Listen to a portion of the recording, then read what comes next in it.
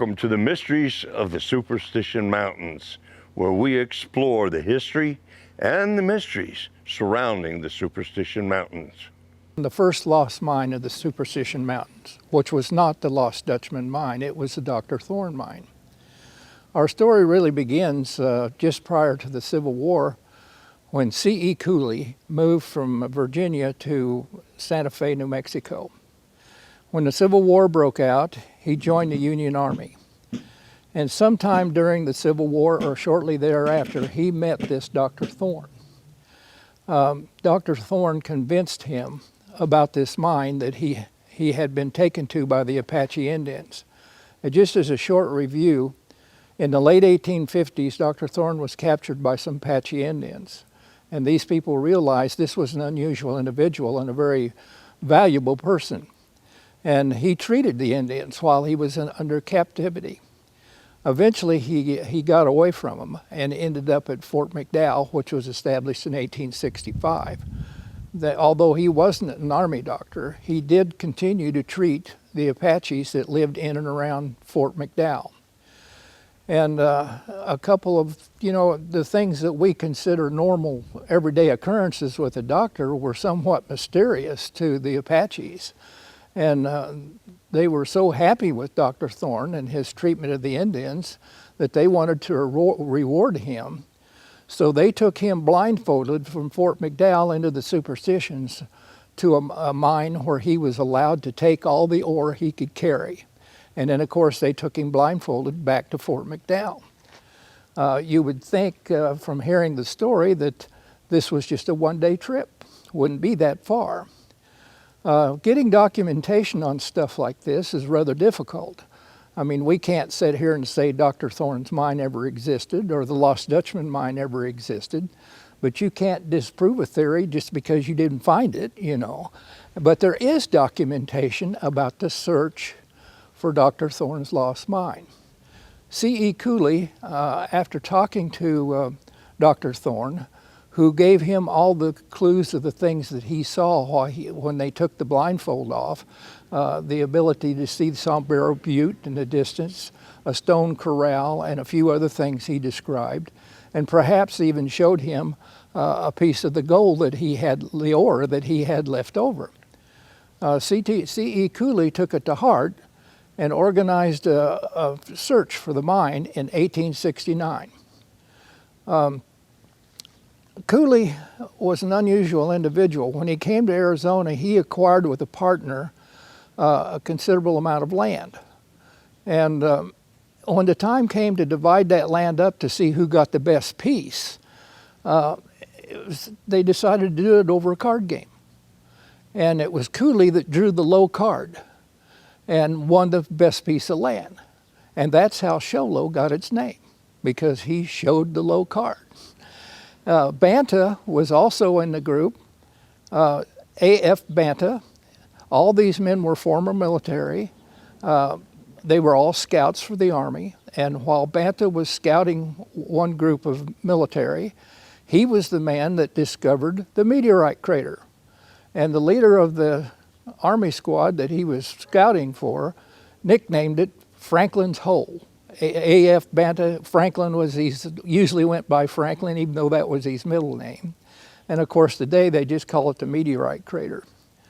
And Henry W. Dodd was the third man. He was a colonel, but I couldn't find much information about him or even find his picture. But these three men left the Zuni village in New Mexico, and they had several Kayatoro Indian scouts and guides, and they made their way from the Zuni villages all the way down to approximately where Sibique is today, part of the Indian reservation. There they met friendly Indians, Kayatoro Indians, because Cooley was married to a chief's daughter, Chief Pedro, P-E-D-R-O. I'm not sure that's the way you pronounce it, but in the bargain, I guess according to Indian tradition, the younger sister of the wife went along with the package. So he had both of them on his hands. Whether he married them or not is, I don't know, but he was well known among the Indians. Cooley, in fact, was the man who suggested the White Mountains as an Indian reservation at Fort Apache. And so they recuperated 2 or 3 days. You know, today we get in a car and we can go anywhere in Arizona in 3.5 hours. But these guys, you know, that they had to follow the military rule, 30 miles a day on beans and hay. So they spent a lot of nights in the field getting to Sibique. As they prepared to go further west in a search for Dr. Thorne's mine, they were met by some Pinnell Indians who warned them that if they crossed their boundary, there would be trouble. And although the carretero guides were willing to go on, the 3 white men decided that it wasn't worth starting a war over with these friendly Indians behind them, so they called off the search. So 1869 was the first search for Dr. Thorne's mine, which ended in absolutely nothing. But Banta became a newspaper man, and he took copious notes of everything that he did.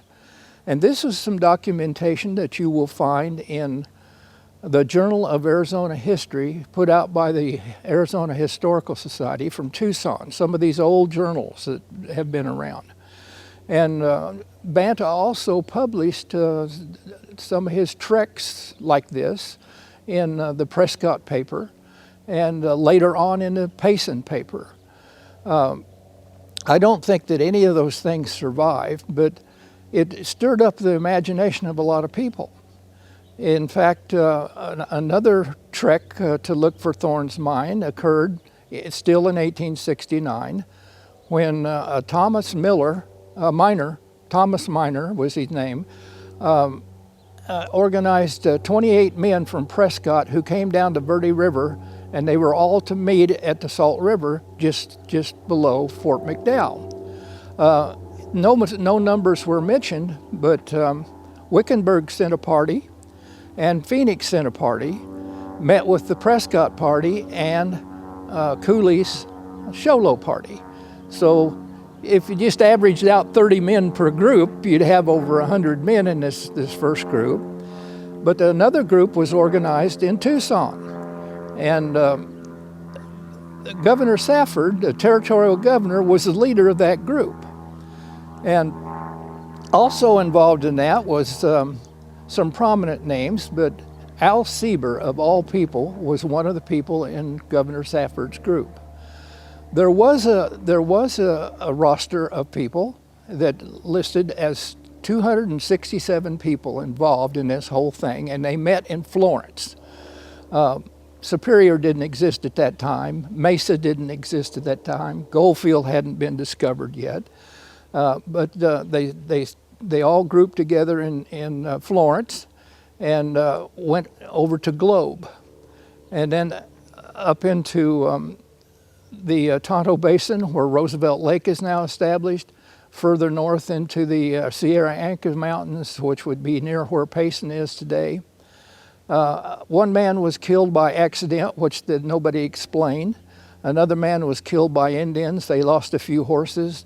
And the Tucson group, after a couple of weeks in the field, decided to call it off and went back to Tucson. The Cooley group decided then to go on back to the Sholo, but the Phoenix, Wickenburg, and Prescott group went down the Salt River through the Superstition Mountains, exploring all the way for the Dr. Thorne's lost mine. When they got back to Fort McDowell, they disbanded. The Prescott group went back up the Verde River. Wickenburg followed the Phoenix group to Phoenix and then went on back to Wickenburg, except for one man. One man decided to do it on his own, and that man was none other than Jacob Waltz. Now, since we don't have a roster that existed, how do we know that Jacob Waltz was among this group? Well, there was a contemporary author by the name of Milton Rose who wrote a book, and he made several verbal claims that he had a relative that was in the Phoenix group and that he knew that Jacob Waltz was in that group. And evidently Jacob Waltz continued his search. He re-outfitted and continued his search. And indeed, we know that he did find gold, and it was under his bed when he died. I was enamored with Al Sieber. I couldn't believe the history of this gentleman. He was brought over from Germany at about age 5, and they came into the Arizona territory at about the age 12. It was said that if you took some of these prominent Indian fighters of the past and put the 3 worst ones together, they wouldn't have been as many Indian fights as Al Sieber was. He was wounded many times.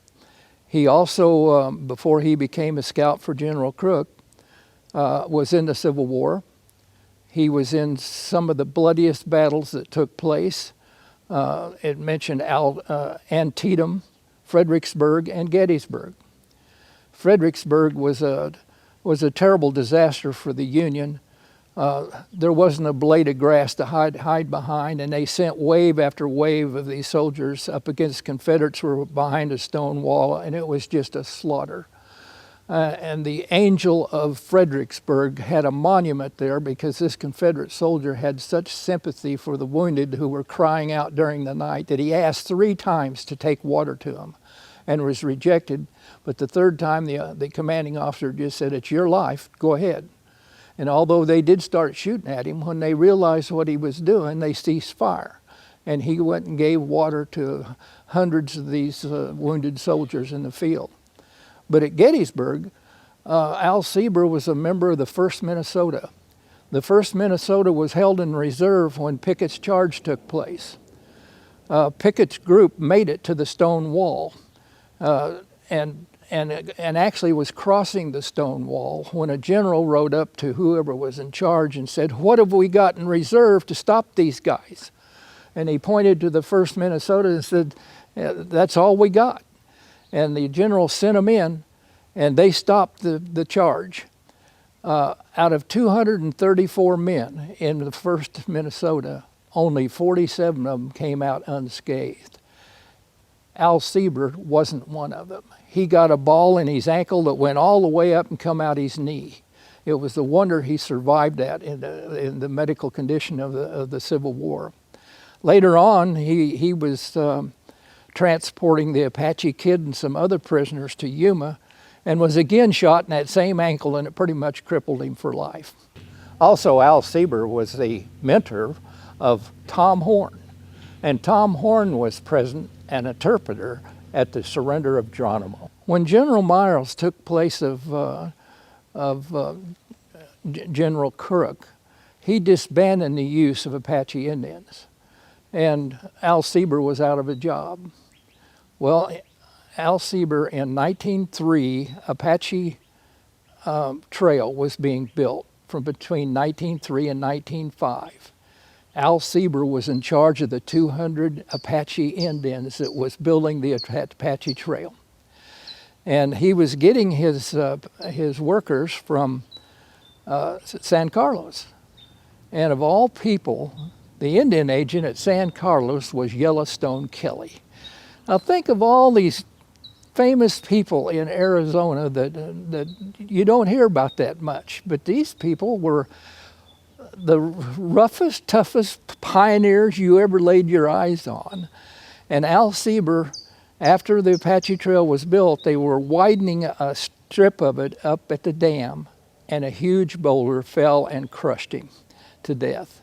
But this is documentation that exists, that you can find, and it just depends on who's telling the story. You can see that they are all using the same source, but one thing was more important to one author than the other. But it documents that this search actually took place. Thank you for watching this episode of Mysteries of the Superstition Mountains.